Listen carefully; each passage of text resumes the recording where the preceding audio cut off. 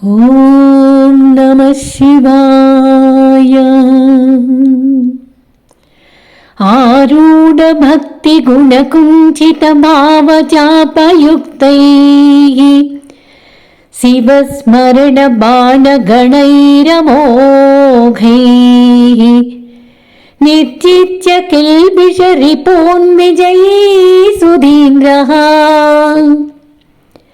ఆనందమావహతి సుస్థిరరాజ్యలక్ష్మీ.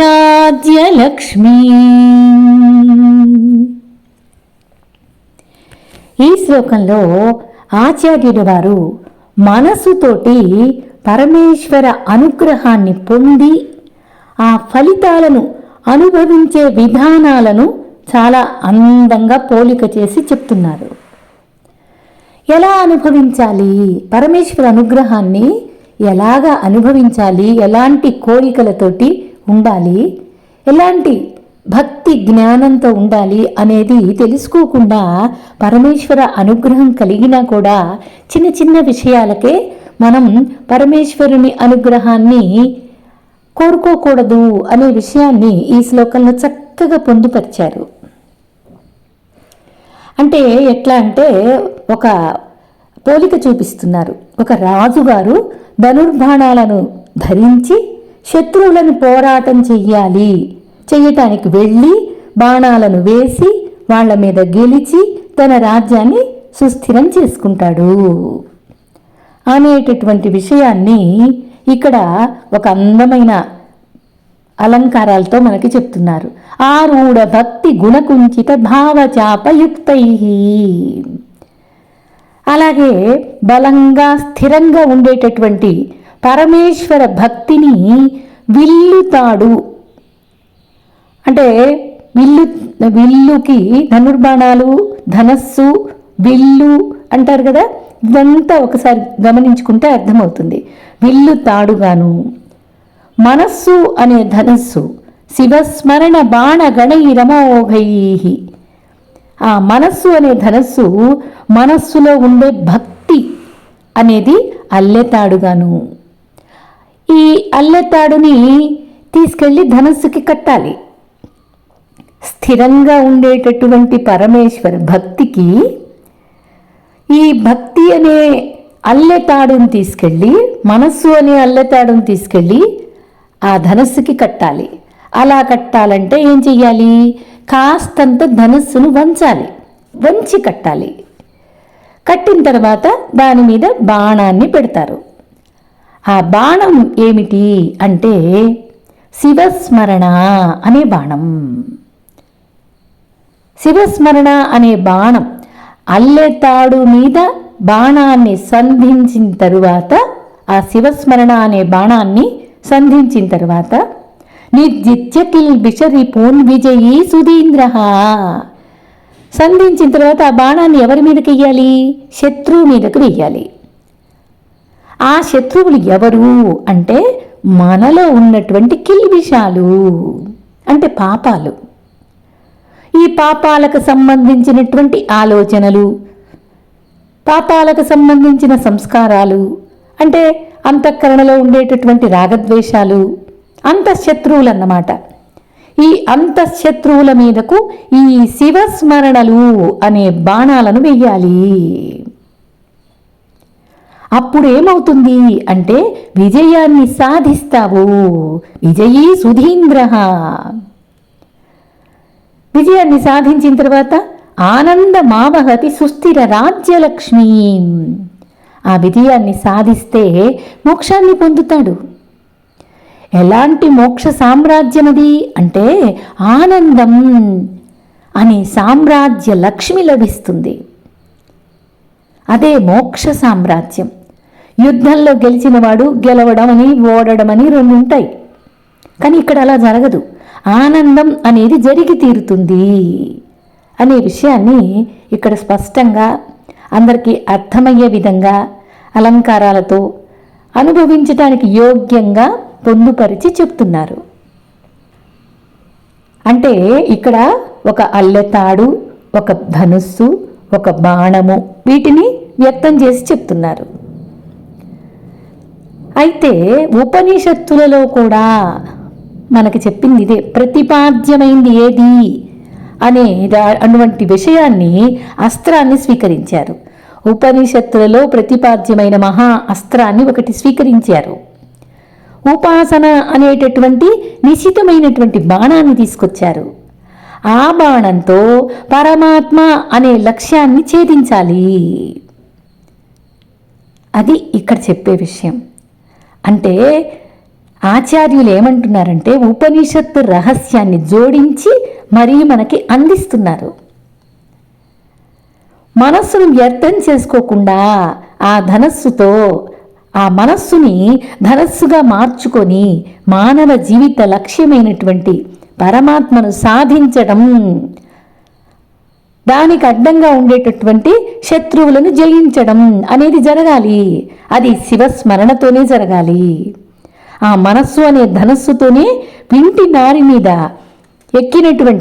నారి మీద బాణం పెట్టారు కదా, ఆ ఎక్కినటువంటి ఇది ఏమిటి అంటే శివస్మరణ అనే బాణాలతో వీటన్నిటిని పోగొట్టుకోవడం అనే అంశాన్ని చూపిస్తున్నారు. శివస్మరణలు శివానుగ్రహం ద్వారా ఉన్నత స్థాయికి చేరుకున్నటువంటి విషయాలు ఎందరియో భక్తులు అనేక మంది ఉన్నాయి. దానిలో బాణాసుర వృత్తాంతాన్ని ఇక్కడ ఆచార్యులు మనకు తెలియజేస్తున్నారు. ఒకటి ఉదాహరణగా చెప్పుకుంటే మన మనసుకు బాగా అనుభవం అవుతుంది. బాణాసురుడు ఎవరు అంటే బలిచక్రవర్తి కొడుకు, అంటే ప్రహ్లాదుడి యొక్క మనవడు. ప్రహ్లాదుడు హిరణ్యకశిపుని కొడుకు. ప్రహ్లాదుని కొడుకు విరోచనుడు. విరోచనుని యొక్క కొడుకు బలిచక్రవర్తి. బలిచక్రవర్తి యొక్క కొడుకు బాణాసురుడు. ఇతను బాణాసురుడు.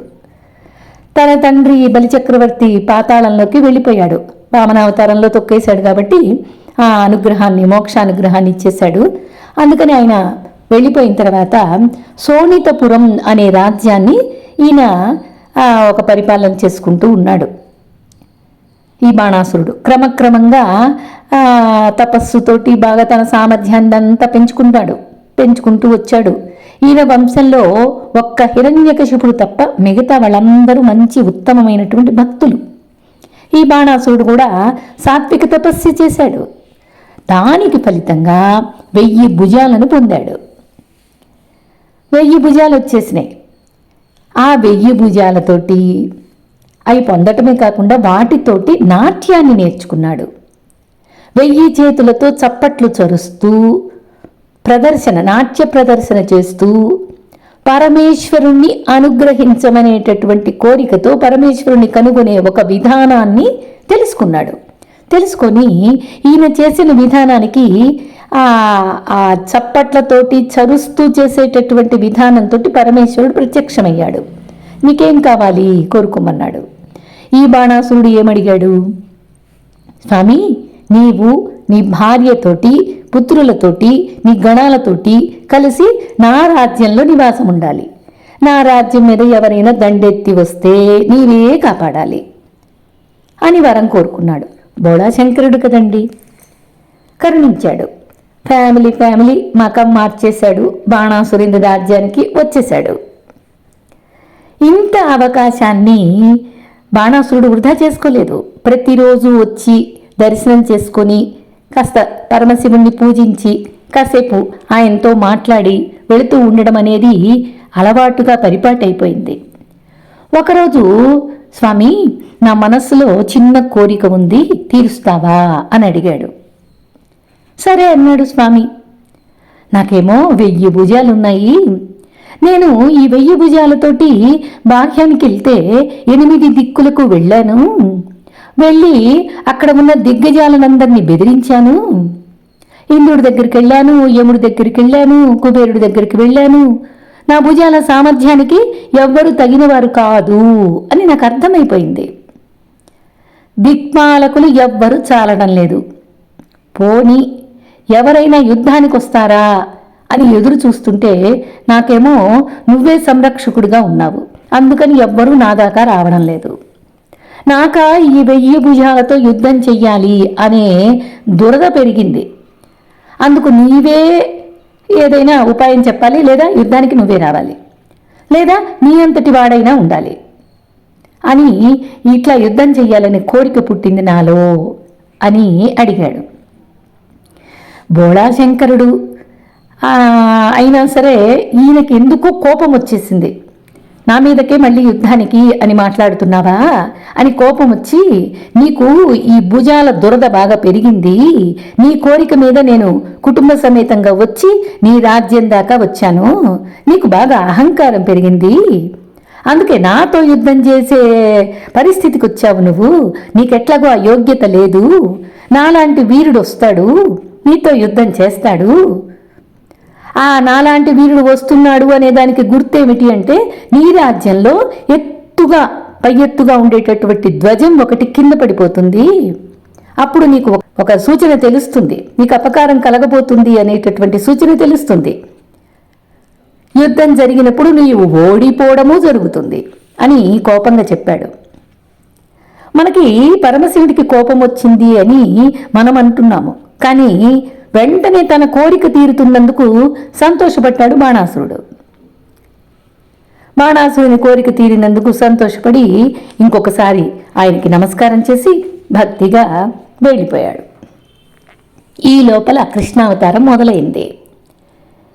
కృష్ణ పరమాత్మకు ప్రద్యుమ్నుడు అతని కొడుకు, కృష్ణ పరమాత్మకు ప్రద్యుమ్నుడు కొడుకు కదా, అతని కొడుకు అనిరుద్ధుడు.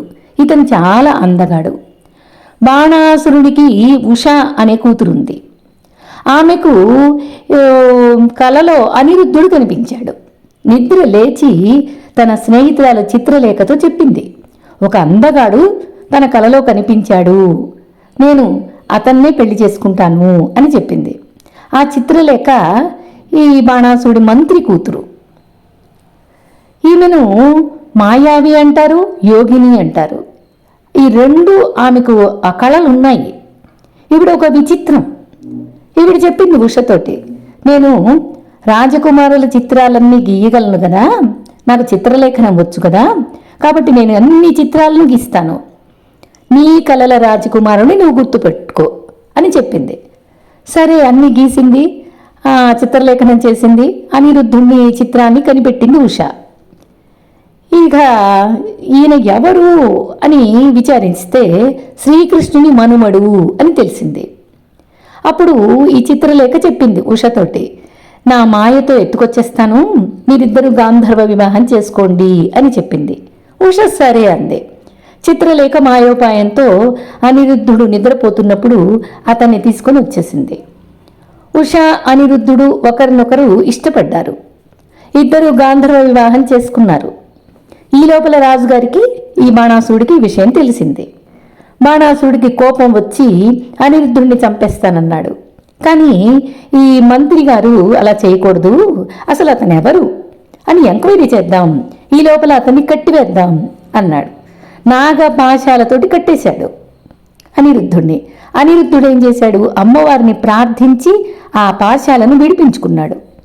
తర్వాత మంత్రి అన్నాడు, ఇతని సామర్థ్యం చాలా గొప్పది, చూసావా, అలా చంపడానికి చూడకూడదు, ఇంకా గట్టిగా కట్టిపడేద్దాం, ఇతని వెనుక ఎవరున్నారో ఏమిటో, ఎవరు వస్తారో బయటకు వస్తారు, అప్పుడు చూసుకుందాం అని సలహా ఇచ్చాడు. దాంతో నారదుని ద్వారా శ్రీకృష్ణుడికి విషయం తెలిసింది. వెంటనే ఆయన కోపంతో బాణాసురుని మీదకు దండెత్తి వచ్చాడు. వస్తూ ఉండగానే బాణాసుర రాజ్యంలో ఎత్తుగా ఉన్నటువంటి ధ్వజం దానంతటదే కింద పడిపోయింది. అది గమనించి బాణాసురుడు అనుకున్నాడు, అమ్మయ్య, నాకు సమఉజ్జి వస్తున్నాడు, నేను యుద్ధం చెయ్యొచ్చు, నా భుజాలకున్న దురద తీరచ్చు, నాకున్న కోరిక నెరవేరుతుంది అని సంతోషపడ్డాడు. శ్రీకృష్ణుడు యుద్ధానికి రానే వచ్చాడు. 1000 భుజాలు కాస్త తెగ నరికేశాడు, 4 భుజాలు మాత్రం ఉంచాడు. చివరిగా సుదర్శన చక్రం వేగిసి బాణాసురుడిని చంపేద్దాం అనేటటువంటి స్థితి వచ్చిన సందర్భంలో, ఆ సమయంలో మధ్యలో పరమశివుడు వచ్చాడు. ఇద్దరి మధ్యకు వచ్చి ఆయన రక్షించడం కోసం నన్ను ఇక్కడ ఉంచుకున్నాడు, కాబట్టి ఇతన్ని సంహరించడానికి నేను ఒప్పుకోను అన్నాడు. క్షమించి వదిలేసేయి అని పరమశివుడు చెప్పాడు. ఇంకా చెప్పాడు, ఉషా అనిరుద్ధుల వివాహం చేసి నేను నీతో పంపించే ఏర్పాటు చేస్తాను, బాణాసురుడికి నేను చెప్తాను అన్నాడు. సరే కృష్ణ పరమాత్మ సరే అన్నాడు. కృష్ణుడు వాళ్ళనిద్దరినీ తీసుకొని ద్వారకకు వెళ్ళిపోయాడు. తర్వాత బాణాసురునికి కాస్తంత బుద్ధి మరలింది. అప్పుడు సమయం చూసుకొని నందీశ్వరుడు వచ్చాడు. బాణాసురుడితో అన్నాడు, ఏమయ్యా నీకు అసలు తెలివుందా లేదా? పరమేశ్వరుని తెచ్చుకున్నావు, కుటుంబాన్ని తీసుకొచ్చుకొని నీ రాజ్యంలో ఉంచుకున్నావు. నువ్వు ఆయన్ని ఏం కోరుకోవాలో, నీకేం కావాలో నీకు తెలియటం లేదా? అటువంటి పరమేశ్వరుణ్ణి ఏమిటి కోరుకోవాలి? కాస్తంత తెలివి తెచ్చుకో అని భక్తి కలిగే విధంగా ఉపదేశం చేశాడు నందీశ్వరుడు. ఆ ఉపదేశంతో బాణాసురుడు మరల తపస్సు చేయటానికి ప్రారంభం చేశాడు.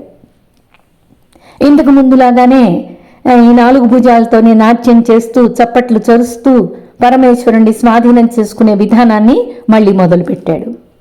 మళ్ళీ పరమేశ్వరుడు కూడా సంతోషపడ్డాడు. ఆ విధానానికి పరమేశ్వరుడు అనుగ్రహిస్తాడు అనే విషయం తెలుసు కదా. వచ్చాడు పరమేశ్వరుడు ప్రత్యక్షమై వరాలు కోరుకోమన్నాడు. అప్పుడు బాణాసురుడు ఇంతకు ముందు ఉన్న భుజాలు కావాలి, కీర్తి ప్రతిష్టలు ఇంతకు ముందు పోగొట్టుకున్నవన్నీ నాకు తిరిగి రావాలి, దాంతోపాటుగా నీ గణాలలోకి కొన్నిటికైనా సరే నేను గణాధిపతిగా ఉండాలి, అలాగే నా మనువడు అంటే ఈ ఉషా అనిరుద్ధులకు పుట్టినటువంటి బిడ్డ నా దౌహిత్రుడికి ఈ రాజ్యాభిషేకం కావాలి, నాకు దేవతలందరితో మైత్రి ఉండాలి, నా మనసులో ఎక్కడైనా విష్ణుద్వేషం అనేది గనక ఉంటే అది పూర్తిగా తొలగిపోవాలి. అంటే విష్ణుదేవుడితోటి నేను మైత్రిగా ఉండాలి, అందరితోటి మైత్రిగా ఉండాలి, నాకు ఎవ్వరితో ద్వేషం అనేది పనికి రాకూడదు. సహజంగా నేను రాక్షసుణ్ణి కాబట్టి ఏమాత్రం రాక్షస గుణాలు పూర్తిగా మటుమాయమైపోవాలి. నాలో రాక్షస గుణం అనేది ఉండకూడదు, మటుమాయం కావాలి. ఇంకా నాకు శివభక్తి కావాలి, గురుభక్తి కావాలి, పూర్తిగా పూర్ణంగా అమరాలి నాలో. అలాగే ప్రాణులన్నిటి మీద దయ కలిగి ఉండేలాగా నా మనసు నిండిపోవాలి. ఇంకా ఇలాంటివన్నీ ఎన్నో కోరికలు, మంచి మంచి కోరికలన్నీ కోరాడు, ధర్మమైన కోరికలు కోరాడు. అలాగే పరమశివుడు తదాస్తు అన్నాడు. ఈ శరీరాన్ని వదిలిన తరువాత కైలాసంలో మహాకాలుడు అనే పేరుతోటి నువ్వు నా కొద్ది గణాలకు గణనాయకుడిగా కొనియాడబడతావు, నీకు పేరు వస్తుంది అని వరం ఇచ్చాడు. ఆ విధంగానే బాణాసురుని అనుగ్రహించాడు. అంటే పరమేశ్వరుని దగ్గర ఉంచుకొని పూజించడం ధ్యానించడం చెయ్యడానికి అవకాశం ఉన్నప్పుడు, అంత అనుగ్రహం పరమశివుడు మన మీద చూపించినప్పుడు, మనస్సులో భక్తి అనేటటువంటిది కలిగినప్పుడు సద్వినియోగం చేసుకునే విధంగా వచ్చిన జీవితాన్ని మోక్ష సామ్రాజ్యం అలంకరించే విధంగా పరమార్థం కోసం పరమేశ్వర అనుగ్రహాన్ని కోరుకోవాలే గాని చిన్న చిన్న కోరికలతోటి పరమేశ్వర అనుగ్రహాన్ని వృధా చేసుకోకూడదు. అందుకే జ్ఞానంతో కూడిన భక్తి కావాలి, అప్పుడే సద్వినియోగమైన మోక్ష పదవిని అనుభవించవచ్చు అని ఈ శ్లోకంలో ఆచార్యులు తెలియచేస్తున్నారు మనకి. ఆరుడ భక్తి కావాలి. మన లోపల ఉన్నటువంటి ఆ భక్తి భావనతోటి పరమేశ్వర అనుగ్రహాన్ని సంపాదించాలి. లోపల ఇంతకు ముందు పరమేశ్వర భక్తి లేకుండా ఉన్నప్పుడు ఉన్న శత్రువులు ఏమిటి అంటే అరిషడ్వర్గాలను ఈ భక్తి బాణంతో, శివస్మరణ అనే బాణంతో వాటన్నిటినీ నశింప చేసుకోవాలి. శత్రువులందరినీ, కామక్రోధాది శత్రువులన్నిటినీ నాశనం చేసుకుని విజయలక్ష్మి అయిన సుస్థిర రాజ్యలక్ష్మి ఆనంద సౌధాన్ని అనుభవించగలగాలి అనేటటువంటి మోక్ష సామ్రాజ్యాన్ని అటువంటి భక్తుడే అనుభవిస్తాడు అనేటటువంటి విషయాన్ని ఈ శ్లోకంలో ఆచార్యులు చక్కగా తెలియచేశారు. ఆరూఢ భక్తి గుణకుంచిత భావచాపయుక్తై శివస్మరణ బాణగణైరమోఘై నిర్జిత్య కిల్బిష రిపూన్విజయీ సుధీంద్రః ఆనందమావహతి సుస్థిర రాజ్యలక్ష్మీ. ఓం నమః శివాయ.